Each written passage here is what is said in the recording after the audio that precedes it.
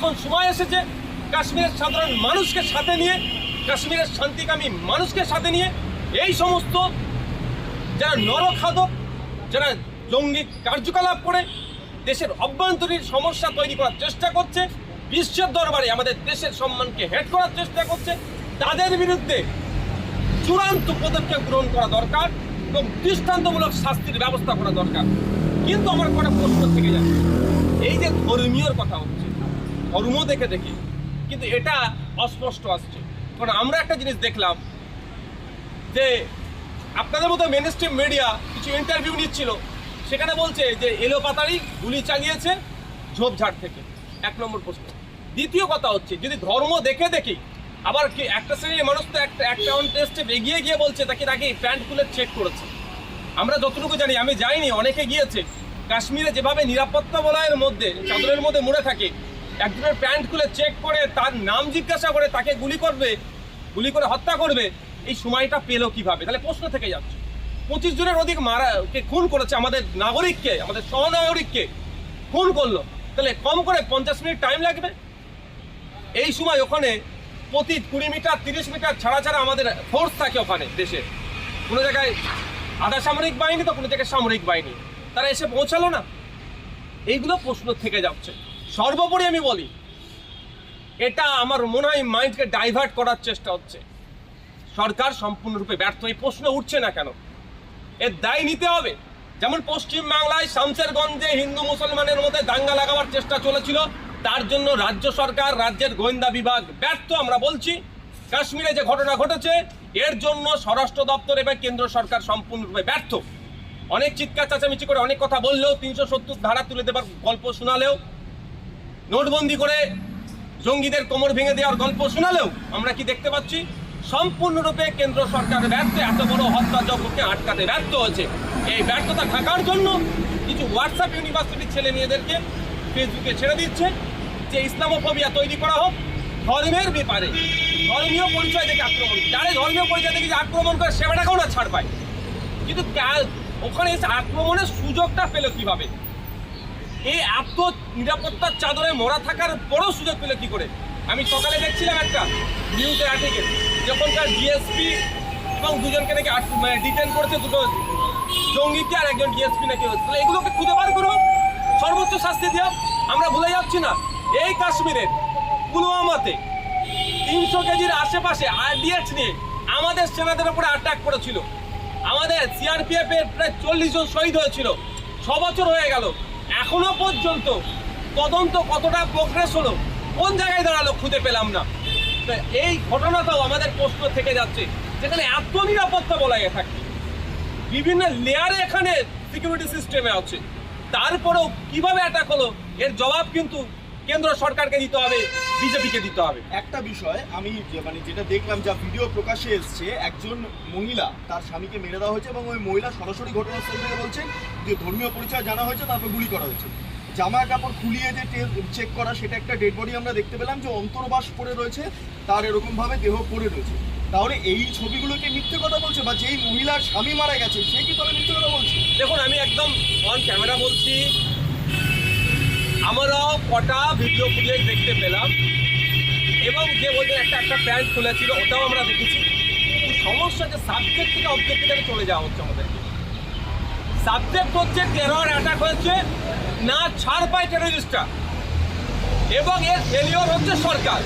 এটা থেকে আমাদের মাইন্ড ডাইভার্ট করে দেওয়া হচ্ছে, ওটা কাপড় খোলে চেক করা হয়েছে বা হিন্দু বা মুসলমান ভেবে গুলি চালানো হয়েছে। আপনি যদি সন্ধ্যা 8টার সময় যে লিস্ট পাবলিশ হয়েছে, যারা অ্যাটাক হয়েছে বা যারা মারা গিয়েছেন বা যারা ক্ষতিগ্রস্ত হয়েছে, সেই লিস্ট দেখলে কিন্তু ভিন্ন ধর্মের মানুষের উপস্থিতি আছে। এক নম্বর। দ্বিতীয় কথা হচ্ছে, আমি এটাও ভয়েস শুনেছি যে এটা বলেছে যে আপনাদের মধ্যে কোনো সাংবাদিক প্রশ্ন করেছেন যে আইডেন্টি কার্ড চেক করা হয়েছে বা ধর্মীয় পরিচয় এর জন্য কোনো পেপারপত্র চাওয়া হয়েছে। ওরকমভাবে সরাসরি না বললেও যে দুটো জনগোষ্ঠীর কথা বলা হয়েছে, আলাদা হয়ে যাও। কিন্তু দেখুন, ওখানে যারা টুরিস্ট ছিল ম্যাক্সিমাম হিন্দু সমাজের টুরিস্ট ছিল, তাদেরকে যারা পরিষেবা দিচ্ছিল ম্যাক্সিমাম মুসলিম সমাজের, কিন্তু কেউ না টুরিস্ট তাদেরকে ছেড়ে গিয়েছে। ওখানকার যারা পরিষেবা দিচ্ছিলেন তারাও কিন্তু একজন কাউকে ছেড়ে যায়নি, ফলে নির্বিচারে তাদের উপরে গুলি চালানো হয়েছে। কিন্তু আমার বলার বক্তব্য হচ্ছে এখন প্রশ্ন হচ্ছে এটাই করায়, এটা নিয়েই যদি আমরা চর্চা করি তাহলে কেন্দ্র সরকারের ব্যর্থতা যে এত টেরর অ্যাটাক হয়েছে এটা নিয়ে আমরা আর ভুলে গিয়ে ও হিন্দুকে দেখে মেরেছে মুসলমানকে ছেড়ে দিয়েছে বা মুসলমানকে দেখে মেরেছে হিন্দুকে ছেড়ে দিয়েছে, এই চর্চাতে আমরা নিমজ্জিত হয়ে যাচ্ছি। কিন্তু আমাদের প্রশ্ন তোলা দরকার কেন টেরর অ্যাটাকটা হলো? আপনি বারবার বলছেন কাশ্মীরে শান্তি ফিরেছে 370 ধারা তুলে নেওয়ার জন্য, নোটবন্দির জন্য কাশ্মীরে জঙ্গিদের কোমর ভেঙেছে, তাহলে এত বড় ঘটনা ঘটলো কেন? আপনাদেরই জোটসঙ্গী সিপিআইএম সহ বিভিন্ন মানে বাম দলের সদস্যরা তারা ফেসবুকে বা বিভিন্ন সোশ্যাল মিডিয়াতে এমনভাবে বিষয়টা প্রচার করছে যাতে জঙ্গিদের কোনো দোষী নেই। গোটা ঘটনাটা নিয়ে একমাত্র দোষ হচ্ছে কেন্দ্রীয় সরকার। আপনারা কেন্দ্র সরকারের বিরুদ্ধে তো কথা বলছেন, কিন্তু জঙ্গিরা যে কথা বলছে আজকে কাশ্মীরি রেজিস্ট্যান্স তারা প্রেস রিলিজ দিয়েছেন এবং তাদের তরফে বক্তব্য যে আমরা ভেবেছি যে যারা সেন্ট্রাল গভর্নমেন্টে কাজ করে সেই কারণে মারা হচ্ছে, তারা কোনো টুরিস্টদের আমরা মারতে চাই। ফলে এই তো ওপেনলি বলেই দেওয়া হচ্ছে যে আমরা ধরে ধরে মেরেছি। দেখুন আমি একটা কথা বলি, যদি আমাদের জোট সঙ্গী, আমি এখনো সংযুক্ত মোর্চার বিধায়ক বলতে বেশি স্বাচ্ছন্দ্য বোধ করি, কে কি বলছে তার দায়িত্ব আমি নেব না। আমি এতটুকু বলতে চাই, এই টেরর অ্যাটাকের জন্য আমাদের দেশের সরকার ব্যর্থ হয়েছে আটকানো, এই টেরর অ্যাটাক আটকাতে ব্যর্থ হয়েছে। যারা আক্রমণ করেছে তারা না ছাড় পায়, সেই সমস্ত নরখাদকগুলো যারা সভ্যতা বিরোধী, সমাজ বিরোধী, মানবতা বিরোধী, যারা কোনোভাবেই না ছাড় পায়। আর একটা কথা শুধু আমার মনে আসছে যে পুলওয়ামাতে যে অ্যাটাক হয়েছিল, আমাদের 40 জনের কম বেশি আমাদের আধা সামরিক বাহিনীর কিন্তু শহীদ হয়েছিল। সেই সময় যারা নরখাদক ছিল তাদের এখনো একজনকেও আমরা ফাঁসিতে ঝুলাতে দেখলাম না, একজনের বিরুদ্ধে কারওয়াই হচ্ছে দেখতে পেলাম না। সত্যি আমাদের ভাবাচ্ছে যে আমরা কোন দেশে বসবাস করছি, যে আমাদের সেনাদেরকে যারা খুন করলো তাদেরকে আমরা ফাঁসিতে চড়াতে পারলাম না, ফলে তারা সাহস পাচ্ছে আমাদের সাধারণ নাগরিককে খুন করবে।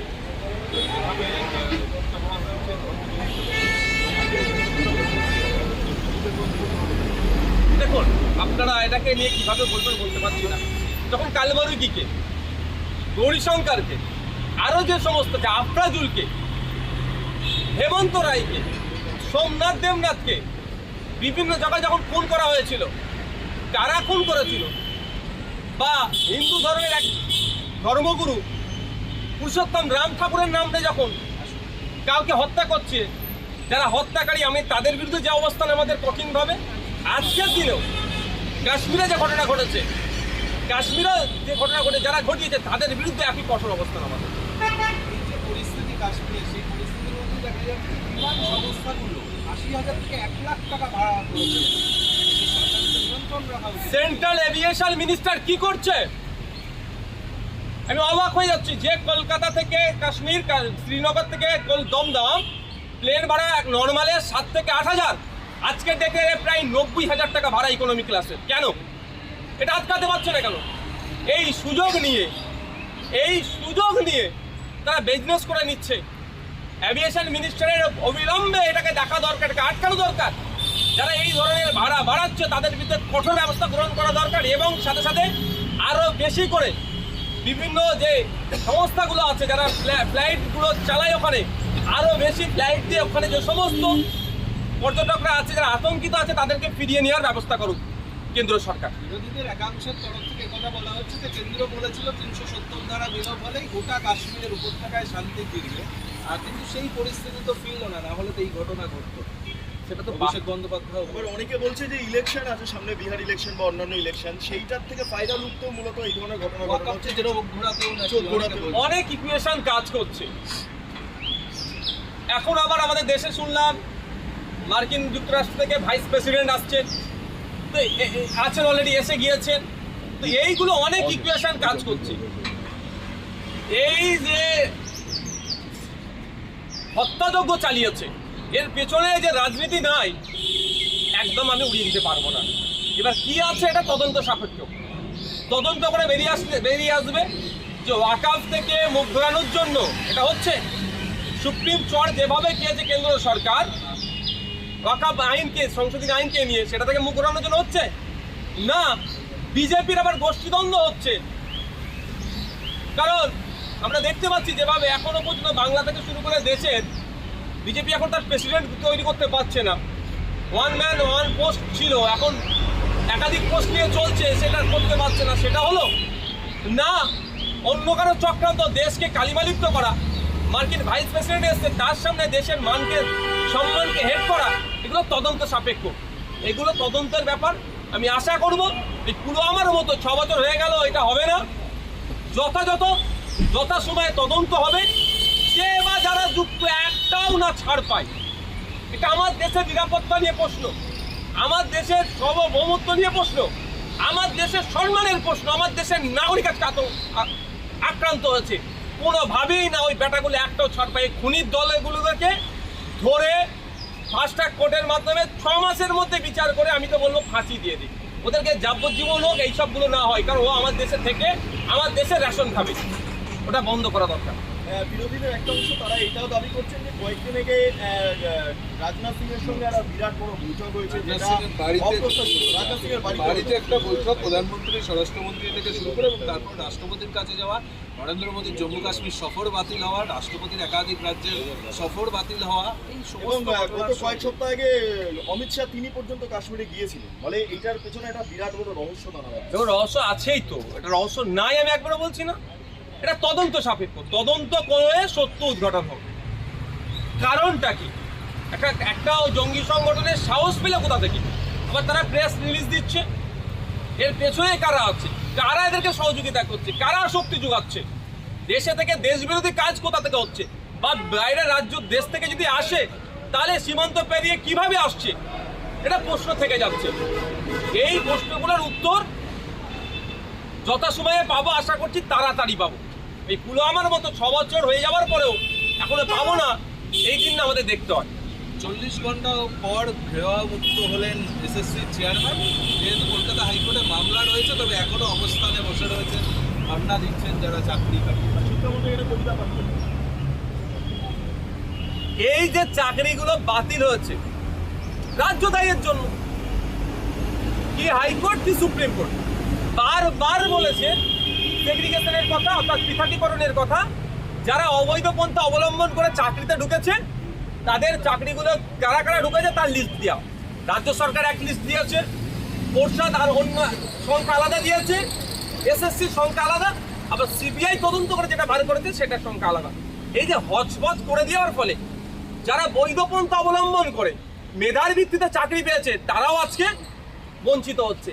আর সব থেকে যেটা আরো ভয়ঙ্কর কাজ করেছে, রিভিউ পিটিশনে ঠিকঠাক করে না গিয়ে শিক্ষক নেই, শিক্ষক চালাতে হবে বলে 31শে ডিসেম্বর পর্যন্ত যে ডেডলাইন করে দিয়েছে, এটা যারা যোগ্য তাদের প্রতিও খাড়া নেবে আসলো। আমি ইতিপূর্বে বলেছি, আজকেও বলেছি, রাজ্য সরকার চাইলে, এসএসসি চাইলে, পর্ষদ চাইলে যে 22 লক্ষ পরীক্ষার্থী ছিলেন তাদের ওএমআর শিট আপডেট করুক, পাবলিক করুক, এবং যারা অবৈধ পন্থা অবলম্বন করে চাকরি পেয়েছে তাদেরকে বাতিল করে বৈধ পন্থা যারা চাকরি পেয়েছে তাদের লিস্ট বার করে তাদেরকে নির্দিষ্ট প্রক্রিয়া অবলম্বন করে আবার চাকরিতে যোগের ব্যবস্থা করা হোক। বলছি শেষ যেটা হচ্ছে যে বিভিন্ন বিজেপি বিধায়ক, বিরোধী দলনেতা তারা বলছে হিন্দুদের একত্রিত হওয়ার প্রয়োজন রয়েছে, কারণ তারা এই মুহূর্তে জেলাতে হোক বা আপনি কি মনে করেন যে হিন্দুদের একত্রিত হওয়ার প্রয়োজন রয়েছে? আমি একটা কথা বলবো, দুটো উদাহরণ দেব। রাষ্ট্রীয় স্বয়ংসেবক সংঘ আরএসএস একটা প্রেস স্টেটমেন্ট দিয়েছে, আর নরেন্দ্র দামোদর দাস মোদিজির একটা প্রেস স্টেটমেন্ট করে। দুটো জায়গাতেই কোনো জায়গায় উল্লেখ করেনি যে হিন্দুরা আতঙ্কিত আছে বা হিন্দুদের উপরে অ্যাটাক হয়েছে, দোষ হু বলে ছেড়ে দিয়েছে।